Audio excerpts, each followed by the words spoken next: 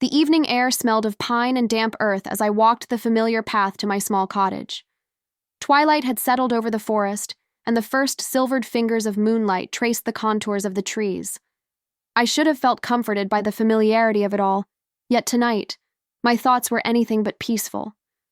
Questions buzzed through my mind like trapped fireflies. Why had Elder Mira taken such an interest in my health after my sudden collapse? Why had the Alpha King's guards appeared in the village asking about me?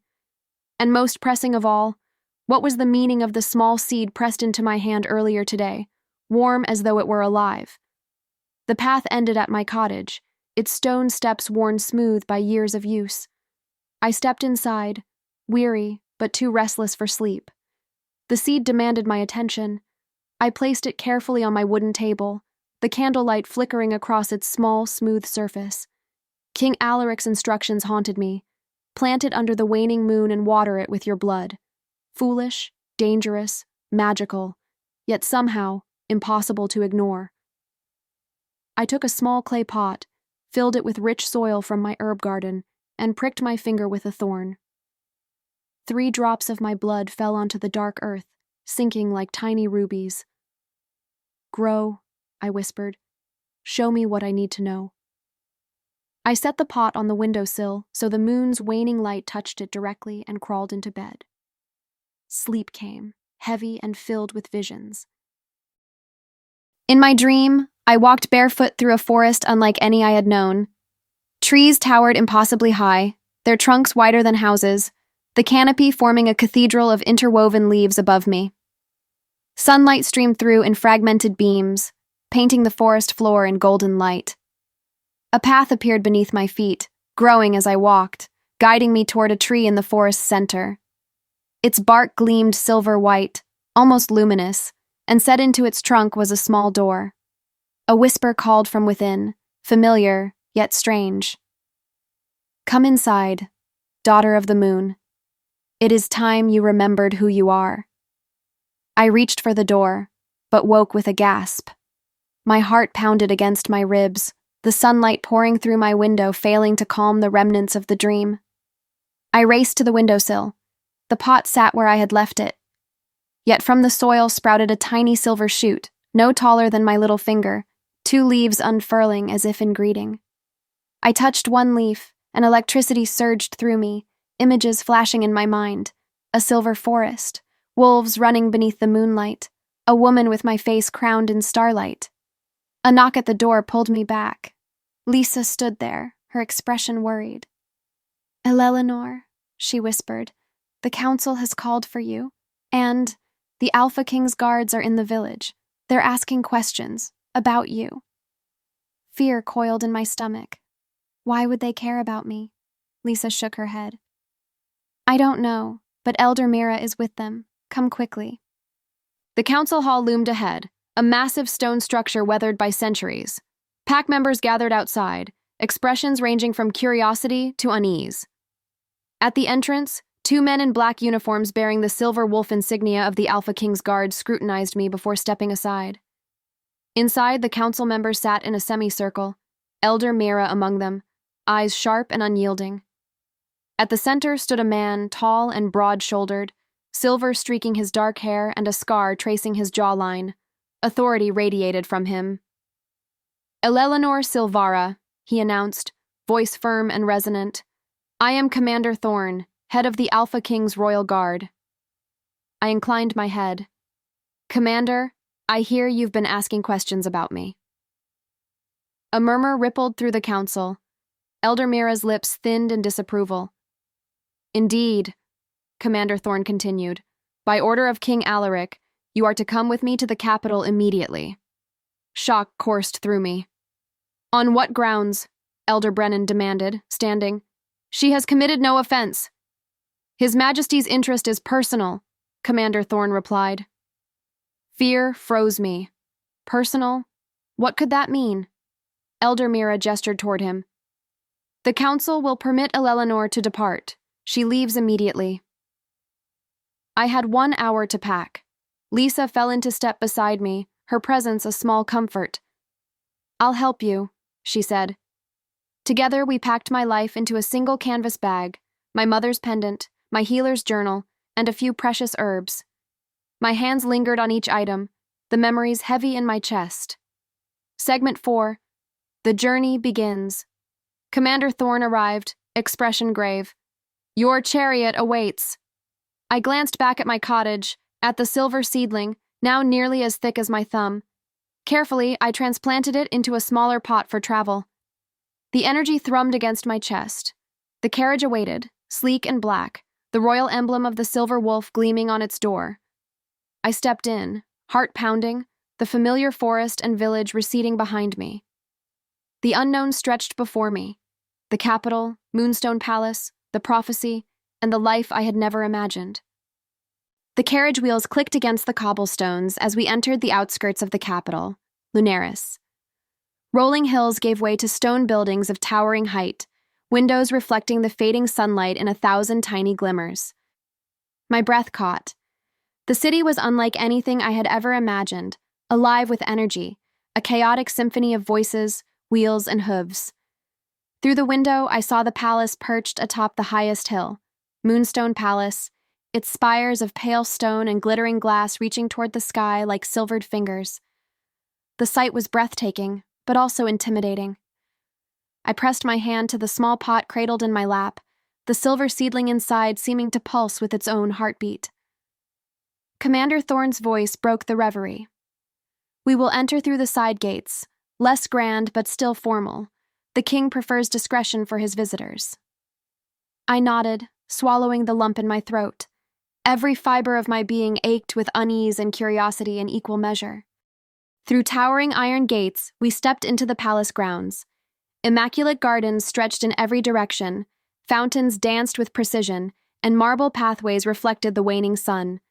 Soldiers in black uniforms patrolled every corner, their eyes alert, their presence a constant reminder of the king's authority. At a side entrance, a woman awaited us. Tall, elegant, steel-gray hair in a severe bun, eyes sharp and unyielding.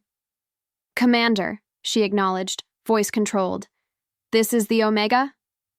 Yes, Lady Rosalie, Thorne replied. Elellanor Silvara. His Majesty expected you sooner. The council required persuasion. She assessed me like a jeweler inspecting a gem. Follow me. You must be made presentable for tonight's ceremony. Ceremony. My stomach tightened. My small village existence had never included courtly rituals. I felt wholly unprepared for the scrutiny I would face. Lady Rosalie led me through an endless labyrinth of corridors. Marble floors gleamed beneath our feet, tapestries depicting wolf legends stretching from floor to ceiling. Servants, mostly betas, bowed respectfully as we passed. I clutched the silver seedling close to my chest, its energy thrumming against me, a reminder of my connection to something greater. At last, we reached my chambers. They were magnificent, easily 4 times the size of my cottage. Sunlight poured through tall windows onto plush chairs, an ornate writing desk, and a bedroom draped in silvery blue silk. This is mine? I whispered, awestruck. The king personally selected these rooms, Lady Rosalie said, her voice steady. You will have privacy, comfort, and access to the royal gardens. He thought you might appreciate the proximity to plant life. My gaze fell to the silver seedling. It glimmered faintly, its leaves catching the light. Should I bring it? I asked. Leave it, she replied. It will be safe. The king has other revelations planned for tonight. 3 young Omega attendants entered, Lily, Sarah, and Ivy. They spoke in hushed tones, curious but respectful. I'm Lily, the tallest said kindly. We'll help you prepare. First day is always the hardest. I set the seedling on a table by the window, then allowed them to lead me to a bath chamber. Steaming water scented with jasmine and moonflower embraced me, calming the frayed edges of my nerves. The attendants worked gently, washing my hair, massaging scented oils into my skin. Eventually, questions came, hushed and urgent. Is it true? Sarah asked. Are you the Omega from the prophecy? I froze. The prophecy of the silver wolf? I had no idea. The women exchanged glances, anticipation flickering in their eyes, before Lady Rosalie's sharp voice interrupted. "That's enough gossip," she said. "Finish preparing her. The ceremony begins in 1 hour." The gown was breathtaking, silver blue silk flowing like liquid moonlight, adorned with tiny crystals that captured the light of the room. It fit perfectly, as if it had been made for me alone. My hair was pinned elegantly with crescent-shaped silver pins, my features enhanced subtly by careful cosmetics. I barely recognized the reflection staring back at me in the mirror. The simple healer I had always been seemed far away. "Now you look like what you truly are," Lady Rosalie murmured, almost to herself. "And what is that?" I asked sharply. "That," she said, "is for the king to reveal." A knock announced Commander Thorne's return. He was dressed formally now, ceremonial sword at his hip. "It is time," he said. We walked through vast corridors until massive double doors opened, revealing the grand hall. Hundreds of nobles from all 7 territories had gathered, their murmurs falling silent as we entered. At the far end, 3 thrones gleamed in the moonlight streaming through the high windows. The largest held King Alaric himself, exuding authority and confidence. Amber eyes found mine immediately. My pulse accelerated. Thorne bowed deeply. "Your Majesty, I present Elellanor Silvara." King Alaric rose fluidly, his gaze, commanding yet warm, settled on me. "Elellanor, welcome to Moonstone Palace." I curtsied, aware of hundreds of eyes upon me. "Thank you for your hospitality, Your Majesty." A slight smile touched his lips. "Come, join me." The grand hall was silent, the kind of silence that presses on your ears and makes your heart pound in your chest. Hundreds of nobles, lords and ladies of all 7 territories, their eyes fixed on the throne, waited. All attention now fell to me. King Alaric extended his hand. "Elellanor, join me at the center. The full moon's light will witness what has been hidden." I swallowed, the silver gown brushing against the marble floor as I stepped forward. My fingers clutched the air, my body trembling. The pulse of energy from the moonflower in my chambers echoed faintly in my chest, a premonition of the power that had been waiting for me all along. The king's amber eyes softened as he spoke, guiding me into the circle of moonlight that streamed from the towering windows. "Do you remember the seed I gave you?" he asked. I nodded, thinking of the silver moonflower on my windowsill. "It is no ordinary plant," Alaric continued. "It grows only in the presence of a lunar omega, one whose blood resonates with moon magic. It chose you because you are not what your pack believed. You are not cursed. You are a lunar omega, the last of an ancient line thought lost to time." The words seemed impossible, yet they resonated deep within me, as though awakening something dormant. My heartbeat quickened. The energy from the silver seedling surged through my veins, a warmth radiating outward. I felt my hands grow hot, my skin shimmering faintly. Gasps echoed through the hall. The noble's eyes widened, whispers rippling like waves. I was glowing, silver light radiating from me, suffusing the grand hall with ethereal brilliance. With the glow came knowledge, memories not entirely my own, but intimately familiar. I saw ancient forests bathed in moonlight, women performing rituals, commanding powers beyond comprehension. I saw myself as part of that lineage, an heir to lunar magic, the healer, the oracle, the silver wolf's mate. King Alaric's voice broke through the visions, steady and grounding. "Your power has been hidden, protected by magic until this moment. Only now can it reveal your true nature." My stomach fluttered, an almost magnetic pull that I hadn't felt before. I realized with a shock that life within me was stirring. The twins, the prophecy, the children I had believed impossible were real. Protected, hidden by the same magic that safeguarded my powers, now revealed under the full moon's gaze. Alaric's amber eyes locked with mine, deep and unyielding. "The prophecy speaks of a barren omega who will bear twins to unite the 7 territories. That omega is you. The children you carry are meant to bring peace and forge a new age for our kind." I shook my head, unable to process it. I am barren. The healers confirmed it years ago. They were mistaken, or perhaps silenced, he said. The magic within you, the lunar power, defies ordinary understanding. You are the silver wolf's mate, the mother of the twins destined to bridge kingdoms. A surge of silver energy coursed from my core to my fingers, the glow intensifying. Nobles fell to their knees, awed and fearful. Some whispered prayers, others muttered disbelief. I felt the twins within me, tiny but alive, their energy resonating with the moon's light. Alaric took my hands in his, grounding me. Your destiny has been set, but the choice is yours. I would have you as my queen, my mate, the mother of my children, but only if you choose it freely. Tears stung my eyes. I thought of my cottage, my village, the simple life I had known. And I thought of this man, powerful yet vulnerable, standing before me with patience, offering choice when prophecy demanded only obedience. The warmth within me expanded, mingling with my magic, filling every corner of my being.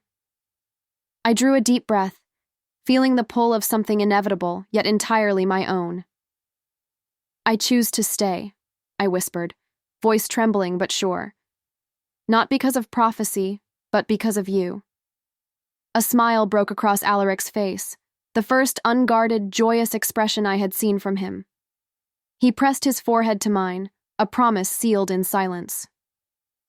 My queen, my mate. The full moon reached its zenith, bathing us in silver radiance.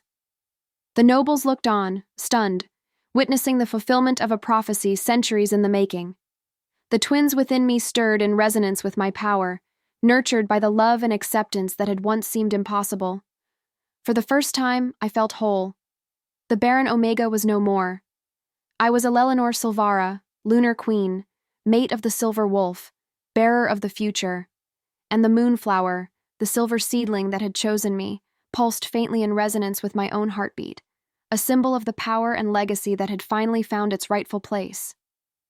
The glow from the full moon still lingered in my veins as I was led back to my chambers, the silver seedling resting safely on the windowsill. The grand hall emptied slowly, leaving a silence that felt almost sacred. Yet the whispers I had heard among the nobles did not fade. They would not forget what they had seen tonight, the barren Omega, made luminous by moonlight, carrying the Alpha King's twins. Lady Rosalie awaited, her sharp eyes softening slightly as she gestured toward the suite prepared for me. It is not common to witness such revelations, she said. You have changed the course of many lives tonight, child. You must understand your presence here is no longer quiet. You are now a figure of significance, and you must carry yourself accordingly. I nodded, still overwhelmed by the ceremony's weight. Every glance I had received, every murmur in the grand hall, pressed upon me like invisible chains. Even Commander Thorne's usual stoic expression carried the weight of the court's scrutiny. The silver seedling gleamed faintly under the moonlight streaming through the balcony doors, a reminder of the power that had chosen me and the legacy I now carried. Over the next few days, I began the delicate dance of palace life. Nobles came to pay their respects, offer congratulations, or more often, mask suspicion beneath polite words. Some were intrigued by me, curious about the lunar power that had manifested. Others, like Lady Victoria, the woman who had spoken against me in the grand hall, regarded me with thinly veiled contempt. Lady Rosalie guided me through these encounters. You must be gracious yet cautious, she advised. Every word, every gesture, carries weight. They will try to test you, to find cracks in the armor of the Silver Queen. I learned quickly that in a palace of power, appearances were everything. A slight misstep could mean scandal, a whisper could become rumor, and rumor could become the foundation of political maneuvering. Despite the tension, I found unexpected allies among the younger nobles and Omegas. Lily, Sarah, and Ivy, who had assisted me with my preparation, became my confidants. They whispered of factions within the court, alliances both old and newly forming. Their guidance helped me navigate the intricacies of etiquette and palace politics. And there was King Alaric. He was both mentor and mate, patient in his teaching yet always present, offering a hand when the palace corridors felt like a labyrinth too twisted to escape. His presence reminded me that beneath the weight of prophecy, there was still choice, still autonomy. But whispers were never far. "She is a fraud," one noble murmured. "The Baron Omega cannot bear the king's heirs." Others questioned the legitimacy of the twins, the power of the Moonflower, or even the Alpha King's judgment. Some began to plot quietly in shadowed corners of the palace, seeking leverage, power, or influence over the one who had been hidden for so long. I realized that my journey would not end with acceptance of my identity. It was only beginning. I had a role to play, and if I misstepped, the consequences could reach far beyond the palace walls. Each night, I returned to the silver seedling. Its growth mirrored the awakening of my own magic, its metallic sheen deepening as my powers strengthened. It was no longer just a test, it was a companion, a reflection of the lunar magic flowing through me, and a symbol of the future I was destined to protect.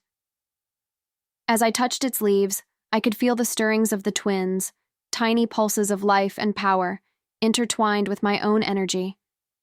They were more than children. They were a living link between prophecy and reality, a bridge I was meant to guard. By the end of the first week, the palace had begun to feel less like a gilded cage and more like a stage upon which my destiny was unfolding. Yet the weight of the prophecy, the expectation of nobles, and the shadow of potential enemies pressed heavily upon me. I knew that this was only the beginning of a journey filled with intrigue, tests of loyalty, and the constant balancing of power and protection. But for the first time in my life, I felt a flicker of true purpose. I was no longer the rejected Omega, no longer the healer overlooked by her own pack. I was Elellanor Silvara, Lunar Queen, bearer of the twins, and mate to the Alpha King, a force that would shape the future, one choice at a time. The days at Moonstone Palace passed in a blur of grandeur and expectation. Even the corridors themselves seemed to hum with history, their polished marble floors reflecting sunlight and moonlight alike. Every tapestry, every sculpture, every polished surface reminded me of the weight of legacy and power. I moved carefully, aware that every glance and gesture carried significance. Yet, within me, something was shifting. The silver seedling on my windowsill had grown rapidly since my arrival, now nearly half the height of my own frame. Its leaves shimmered with an ethereal glow, responding to my touch as if it were a living conduit of my own latent power. I had always known I was different, but the awakening under the full moon had revealed that my abilities were far beyond what I had imagined. King Alaric was patient, but exacting. Each morning he instructed me in the ways of lunar magic, the subtle currents of energy that flowed through the blood of those of our ancient line. I learned to channel it, to focus it, and to temper it with discipline and intent. It was not merely power, it was responsibility. "You are the last of the lunar Omegas," he explained one morning as the sun rose behind the palace spires, casting long silver streaks across the courtyard. "The world has feared what you can do, but with proper guidance, you will learn to master it and protect the fragile balance of our territories." I practiced in the private gardens, the moonflower growing ever more radiant as my own abilities strengthened. The energy it radiated was like a heartbeat echoing in the earth, in the air, and in my own veins. With each pulse, I felt more connected, not just to my unborn children, but to the legacy of my ancestors. Not all attention was benign. The nobles whispered behind closed doors, some out of fear, others out of envy. Lady Victoria, still smarting from the revelation of the twins, plotted quietly. I could sense the tension, subtle and suffocating, like a storm cloud waiting to break. "Do not let them see fear," King Alaric advised as we observed a gathering from the balcony overlooking the main courtyard. "Your power and confidence are your shield. They will test you, but they cannot harm you if you stand firm." And test me they did. From subtle slights in conversation to outright challenges to my presence at ceremonies, the nobles sought to unearth any weakness. I realized quickly that surviving in the palace required more than magic. It required wit, patience, and the ability to read people as precisely as I read the moonflower's pulse. Through it all, Alaric remained a steadfast anchor. Even as political machinations swirled around me, his presence provided comfort and guidance. At night, when the palace fell silent, we walked among the moonlit gardens, hands brushing, energy mingling. The twins within me stirred in response to his touch, tiny currents of life and magic pulsing with each heartbeat. "You are stronger than you realize," he whispered once as I rested my hand on my swelling belly, the glow of the seedling visible through the glass balcony. "And the world will test you endlessly, but I will stand with you, always." I began to understand that my journey was as much about love and trust as it was about power. Without connection, even the strongest magic falters. One evening, as the moon rose high and full, I felt a tremor through the palace. Not a quake, but something more subtle, a disturbance in the flow of energy, as if the currents that had always guided lunar power were shifting. The silver seedling quivered violently, its glow flickering like a heartbeat under stress. I sensed it immediately. A new force had entered our world. Someone, or something, had taken notice of the prophecy and the children I carried. It was a reminder that my power, while potent, was not invincible. Protection, vigilance, and strategy would be required in equal measure. The palace never truly slept. Even after the nobles had retired to their chambers, the corridors carried the soft echo of footsteps, hushed conversations, and distant music drifting from the grand hall. It was in this quiet that I learned the true nature of Moonstone Palace, not only a seat of power but a living web of secrets, ambitions, and old rivalries. Lady Victoria did not hide her contempt. Her eyes followed me, sharp as daggers, during each ceremony, each gathering. She was the first to test me publicly, questioning my lineage in front of a cluster of lesser nobles. "You claim to bear the Alpha King's twins?" she scoffed during a midsummer feast. "And yet, what proof have we of your so-called power?" The room hushed, tension snapping like a bowstring. I felt the familiar warmth of lunar energy stir within me. Calmly, I allowed it to flow subtly around me, enough that the flicker of silver light reflected in my eyes, illuminating the pulse of the moonflower in my chambers. A few gasps rippled through the nobles. King Alaric's amber eyes found mine across the hall. A slight nod reminded me of the restraint needed in the court. The light I wielded was my proof, but it had to be measured, controlled, a demonstration of confidence rather than aggression. It became clear quickly that power alone was not enough. Influence in the palace was wielded through nuance, words carefully chosen, and alliances carefully nurtured. Alaric introduced me to the intricacies of diplomacy, teaching me how to read a room, discern true intent, and project authority without threat. "You must be both the Silver Wolf and the Lunar Queen," he said one evening as we walked along the palace's moonlit terraces. "The wolf protects, the queen commands. Each role is essential, and together, they make you untouchable." The words weighed heavily on me. I had never considered myself capable of such duality, fierce protector and commanding presence. But the seedling's growth mirrored my own. Its leaves now brushed against the ceiling in its small pot, an endless source of wonder and a reminder of my emerging identity. Not all eyes watched me with suspicion.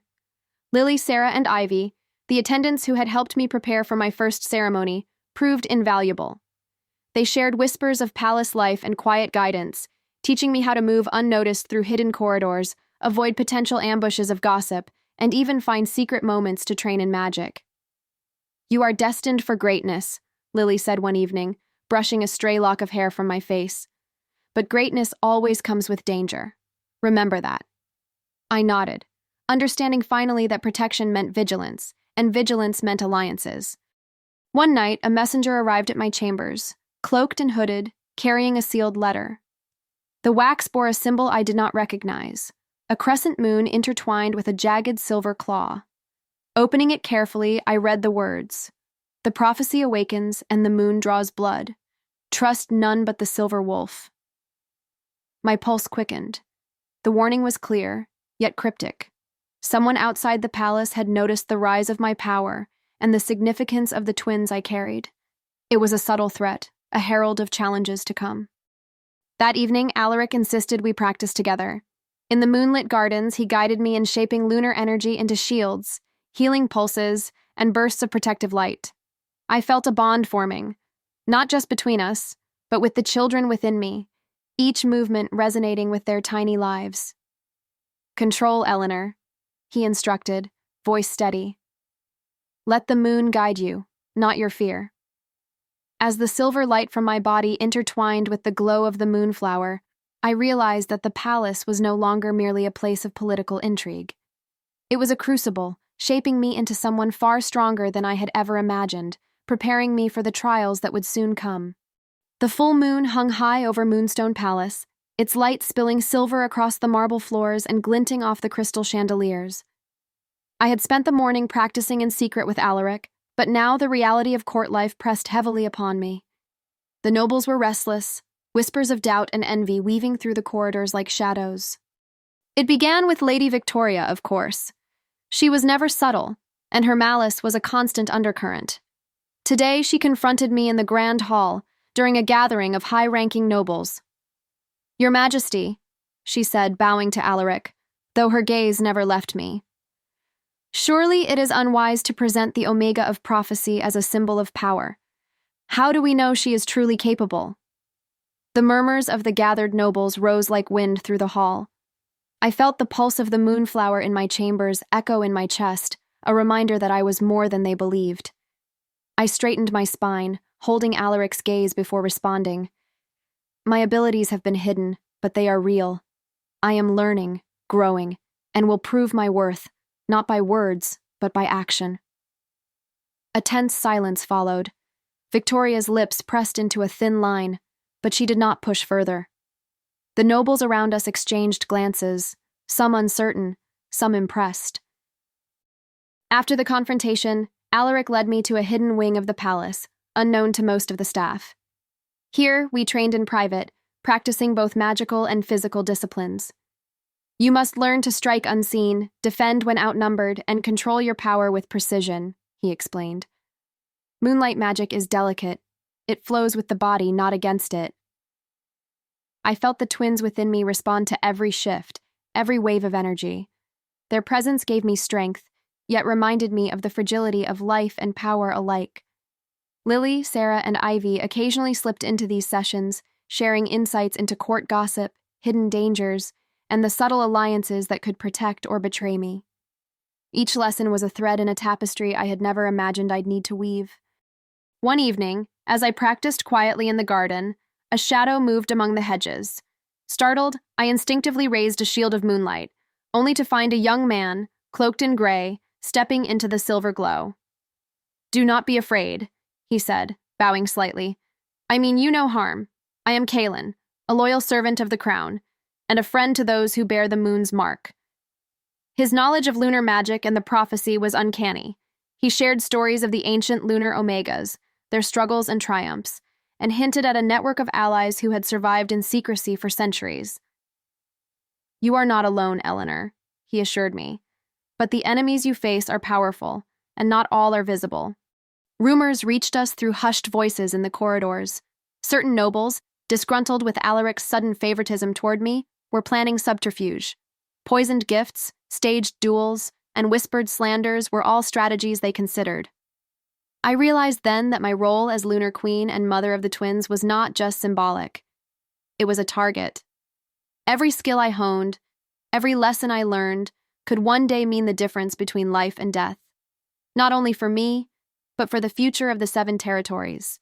Returning to my chambers, I found the silver moonflower had grown again, its stem thick and lustrous, leaves reaching outward as if sensing my thoughts.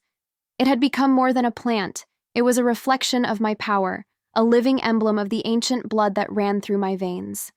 Touching it, I felt a surge of energy, visions of rituals, and glimpses of the future. The moonflower whispered secrets, subtle and fleeting, reminding me that the path forward would demand courage, wisdom, and trust in the strength I had yet to fully claim. The palace seemed to hold its breath as the full moon continued to shine through the high windows, casting long silver shadows across the hallways. Every whisper, every glance, felt charged with hidden meaning. I could sense that danger was closer than I had realized.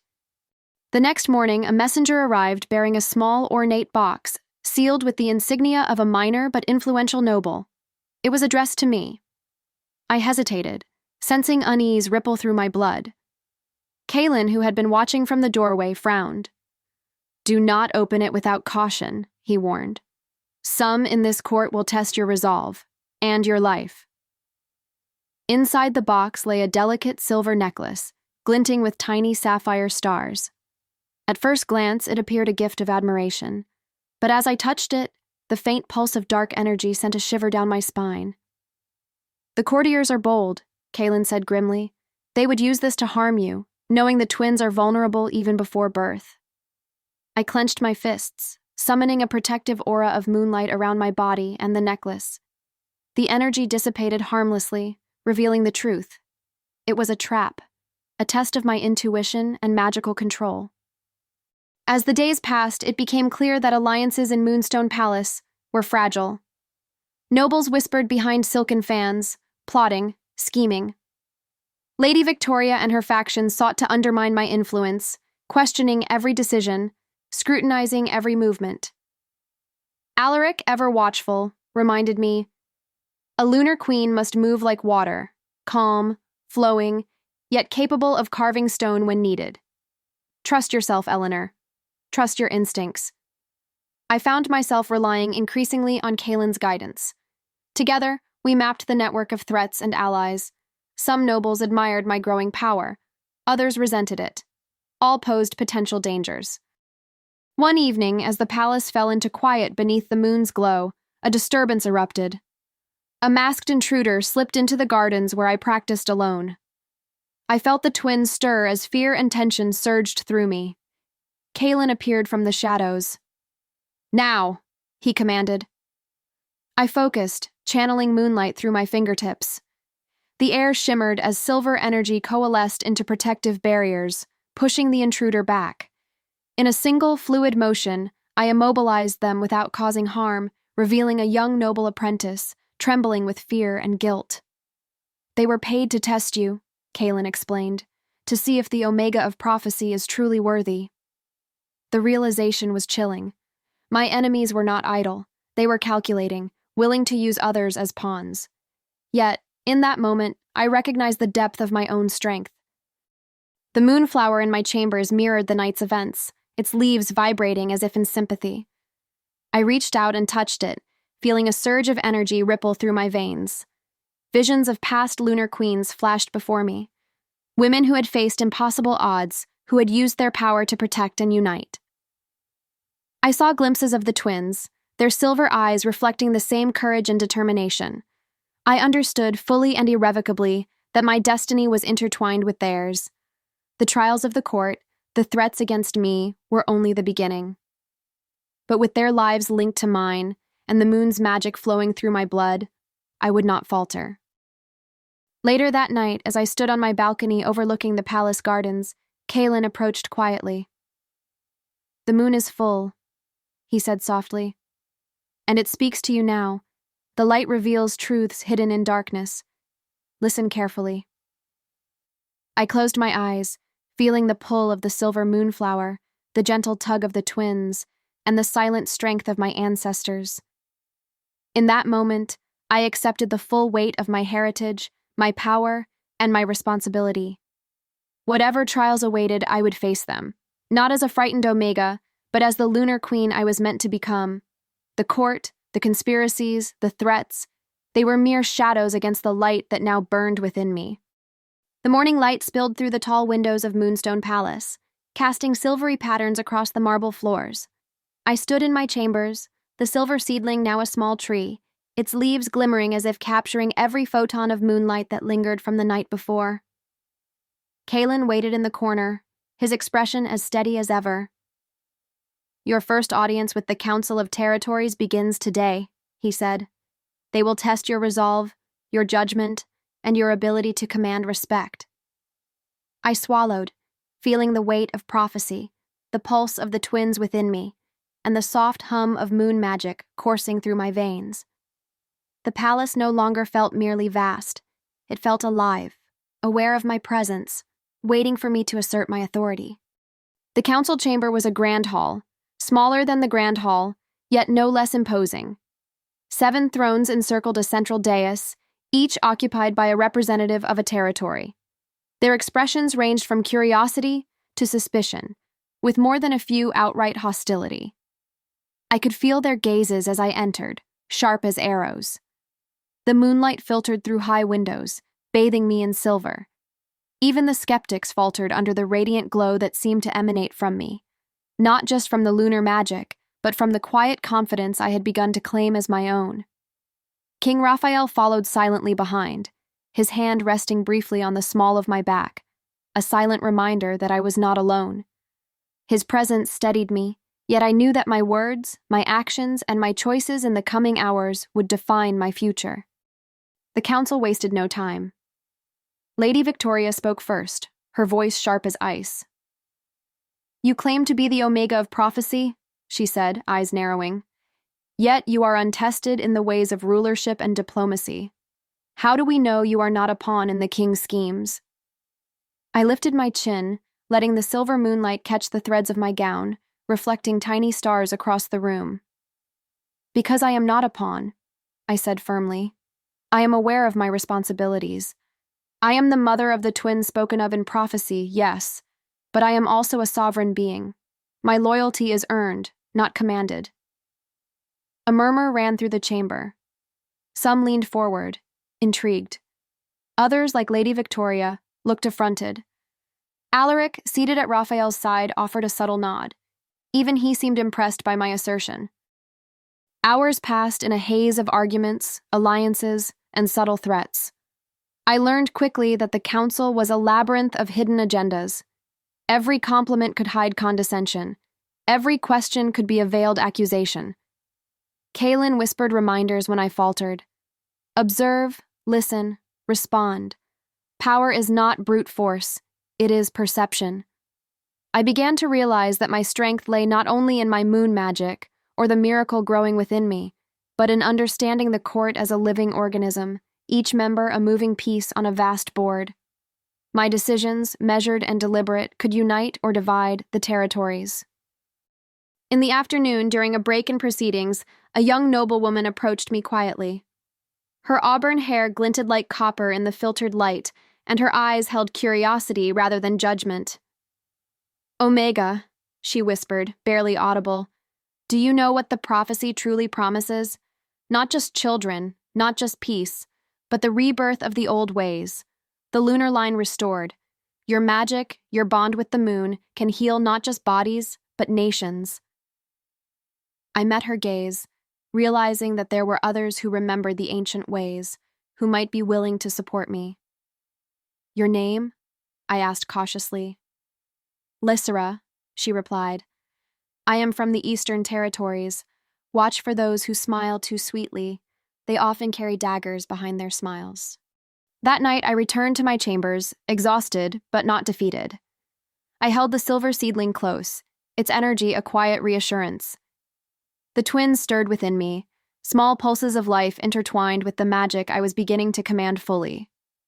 I whispered to them, feeling a strange warmth. "We are the bridge, little ones, the light through the shadows. Together, we will guide this kingdom into the dawn." The palace was quiet, but I could feel the stirrings of change. The council would challenge me again, the nobles would plot, and threats would come, yet I was no longer merely the Omega from a forgotten village. I was a lunar queen, the silver wolf's mate, and mother of the twins of prophecy.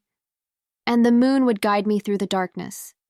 The morning after the council meeting, the palace felt charged, almost alive with whispers. Courtiers passed me in the hallways, some bowing low, others casting skeptical glances, and I sensed their doubts like shadows stretching toward me. Kaelin appeared as I stepped into the corridor. His expression was unreadable.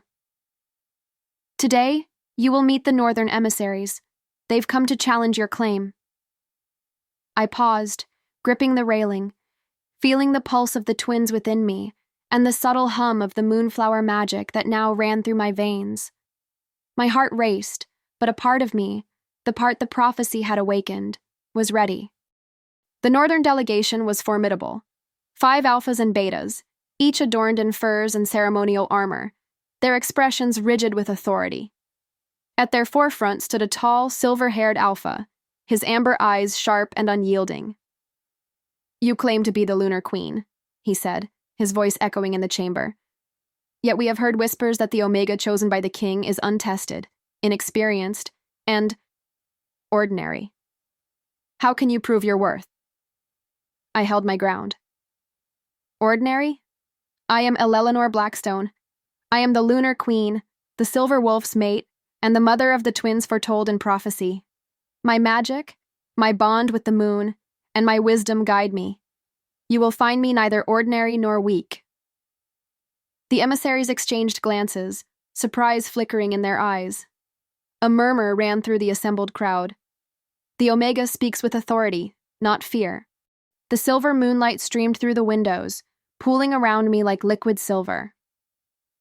I placed my hands over the silver seedling I had brought with me, a small portable sprig, and felt its energy respond to my presence.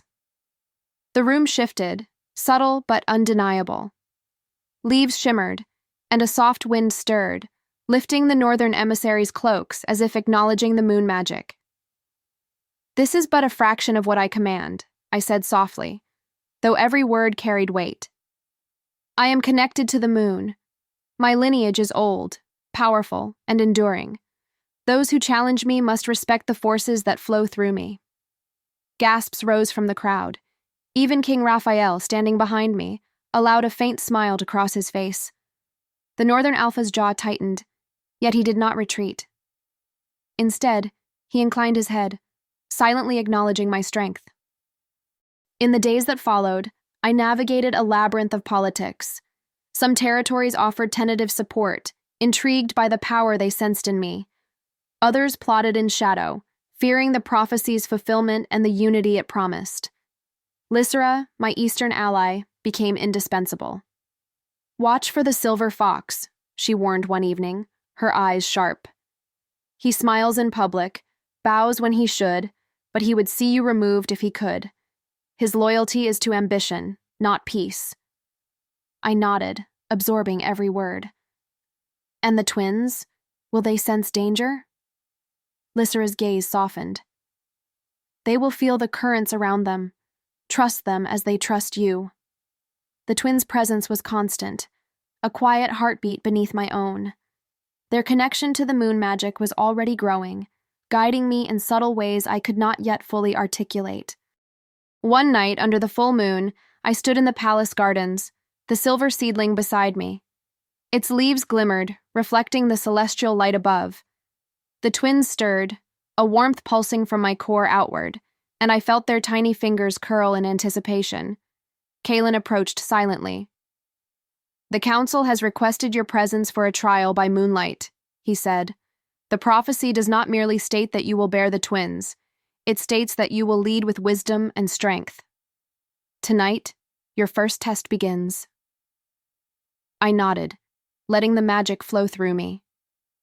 The moon responded, bathing the garden in silvery light. I felt the twins' energy pulse in rhythm with my own heartbeat, a bond deeper than any spoken vow. This was no longer just about survival or proving myself to the council. This was about destiny and embracing the power that had been hidden within my bloodline for generations. The trial by moonlight began at the peak of the full moon. The garden transformed into a circle of silvery light. Courtiers and council members gathered at a respectful distance, their faces a mixture of awe and skepticism.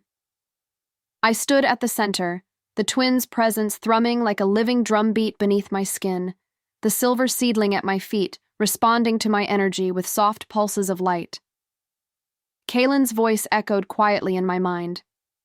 "Focus, Elellanor. Let the moon guide you, and trust the twins." A circle of silver markers had been arranged, each representing a different aspect of leadership: wisdom, empathy, courage, and magic. One by one, emissaries stepped forward to challenge me, questioning my decisions, probing for weakness. The first was a young beta from the Western Territories. "How will you ensure the safety of the 7 territories if war breaks out?" he demanded. I felt the twins' warmth ripple outward. "Through foresight, Unity and understanding the currents of power, I said calmly. I will not merely react to threats. I will anticipate them as the moon anticipates the tide. A flicker of surprise crossed the beta's face, then respect. The northern alpha who had first challenged me nodded imperceptibly. Others began to murmur among themselves, shifting in their perception of the once rejected omega. As the challenges continued, the silver moonlight responded to my will. The air around me shimmered, leaves rustled in patterns, and the silver seedling grew, tiny blooms unfurling in a radiant display. I realized that the twins were amplifying my magic, connecting me to the natural rhythms of the world. A rogue noble who had long whispered that the prophecy was a fabrication stepped forward with a sneer. If you are truly the Lunar Queen, prove it with the power of your bloodline. I raised my hands, and the moonlight coalesced into a soft glow around us. Visions appeared in the silver petals of the seedling, images of forests, rivers, and the lives of those who had hidden from tyranny, waiting for the return of a leader who understood the balance of nature and power. The noble stumbled back, eyes wide, unable to deny what he had witnessed. After the trial, King Raphael approached, his amber eyes filled with quiet pride. You have faced them with courage and clarity, he said, his voice low enough for only me to hear. But not all battles are fought with magic. Some are won through trust and alliances. He led me to a private balcony overlooking the palace gardens. Your first test is done, but there are those who will continue to test you, politically, emotionally, and strategically. You must build bonds as carefully as you wield your magic. I nodded, feeling the weight of responsibility settle on my shoulders, tempered by the warmth of the twins' presence. I understand, Raphael, but I will not be afraid. He smiled, brushing a strand of hair from my face.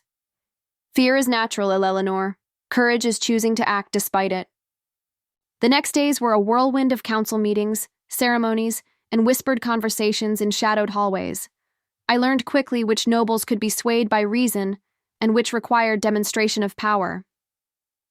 One evening, Ivy, one of the attendants who had helped me prepare for the full moon ceremony, slipped a note into my hands. They plan to undermine you, she whispered. The Eastern Council fears your influence and will challenge the king's decree. You must act carefully. I read the note beneath the moonlight in my chambers. The twins stirred at my touch, and I felt a wave of intuition, a vision of the conspirators plotting, their movements mirrored in the moonflower's silver glow. I understood then that my power was not just physical, it was prophetic, guiding me toward those who would aid or betray. Kalen returned that night, his expression grave. The Eastern Council will not relent. They will confront you openly at the upcoming lunar alignment. You must be ready, both in word and in magic. I nodded, gripping the silver seedling. I will be ready. The twins will not be threatened, and neither will my people. The warmth within me pulsed, a comforting rhythm, as I realized that the children were already teaching me, shaping my instincts, and fortifying my resolve. For the first time since arriving at the palace, I felt fully in my element, not just as Elellanor Stone, but as Elellanor Blackstone, Lunar Queen and mother of the twins, destined to unite the territories under the prophecy. The night of the lunar alignment arrived with a tension that rippled through Moonstone Palace. The air felt charged, as if the moon itself had drawn close to observe the impending confrontation. Courtiers whispered in shadowed corners, their breaths clouding in the cool night air. I stood at the balcony, the silver seedling cradled in my hands, feeling the twins' rhythmic pulse echo in my core. Kalen's voice, soft and steady in my mind, reminded me, "This is your test, Elellanor, not for them, but for yourself." The council chamber was a stark contrast to the grandeur of the full moon ceremony. The Eastern nobles had gathered, their expressions a mix of fear, skepticism, and thinly veiled contempt. At their forefront stood Lord Malric, the head of the council, his sharp eyes fixed on me as if trying to pierce through the glow of the twins' moon magic within me. "Lunar Queen?" he sneered, voice dripping with disdain. "We will not allow the king's whim to dictate the future of the territories. This Omega, this child, claims power she cannot possibly wield." I stepped forward, feeling the warmth of the twins stir. The moonlight filtering through the windows shimmered in response, illuminating the silver seedling beside me. Power is not merely inherited or claimed, I said steadily. It is proven through action, foresight, and the willingness to protect those who cannot protect themselves. A ripple of unease passed through the gathered nobles. Some whispered nervously, others clenched their fists. I raised my hands, drawing on the moon magic that coursed through me. A silver radiance spread outward, dancing across the chamber, illuminating ancient runes etched into the stone walls, runes that had long been dormant. The Eastern Council's bravado faltered as visions manifested in the moonlight, forests flourishing under lunar guidance, villages healed by unseen hands, and generations unified under the light of the silver wolf. The prophecy is not a tale to be feared, I continued, voice unwavering. It is a promise to those who have been oppressed and ignored. I am not here to dominate. I am here to protect, to guide, and to unite. Lord Malric's face paled. The glow from my hands intensified, and the seedling at my feet bloomed fully, petals shimmering like liquid silver. The twins' presence amplified my aura, filling the chamber with warmth, light, and an undeniable authority. One by one, the council members stepped back, whispers of awe replacing their derision. She commands the moon itself, a noble woman murmured, eyes wide with wonder.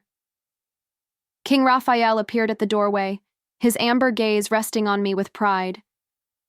This is your true power, Elellanor, he said softly, so only I could hear.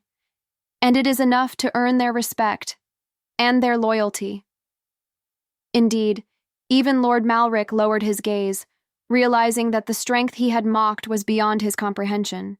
It was not mere magic, it was leadership, intuition, and the living proof of the prophecy embodied in me and the twins.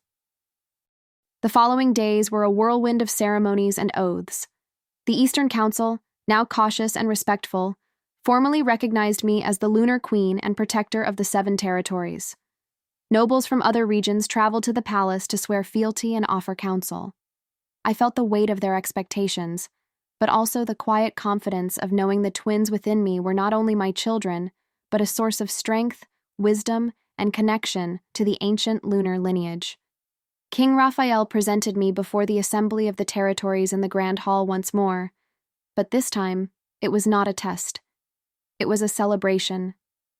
The silver seedling, now a towering bloom of luminescent petals, stood beside me as a symbol of our unity and the fulfillment of the prophecy. He took my hand in his, amber eyes meeting mine. Together, he whispered, we will protect these lands, nurture their people, and honor the legacy that has awaited this moment for centuries. I nodded, feeling the twins stir with a gentle, affirming pulse. Together, I echoed, a promise not just to him, but to the prophecy, to our people, and to the future we would build. The moon rose high above, bathing Moonstone Palace in its silver light. For the first time, I felt truly whole, not merely Elellanor Stone, the rejected Omega, but Elellanor Blackstone, Lunar Queen, mother of the twins, and mate to the Alpha King. The prophecy had been fulfilled, but this was only the beginning. The first moonrise after my coronation was different from any I had ever experienced. From the balcony of Moonstone Palace, I watched the silver light spill over the capital, illuminating rooftops, courtyards, and the faces of the people below. The twins stirred within me, tiny pulses echoing like soft drum beats in my abdomen. King Raphael appeared at my side, his amber gaze sweeping over the city he had ruled for decades. It is yours now, Elellanor. This realm, these people, they are yours to guide. I swallowed, the weight of responsibility settling on my shoulders like a cloak of silver silk. And if I fail? I asked quietly.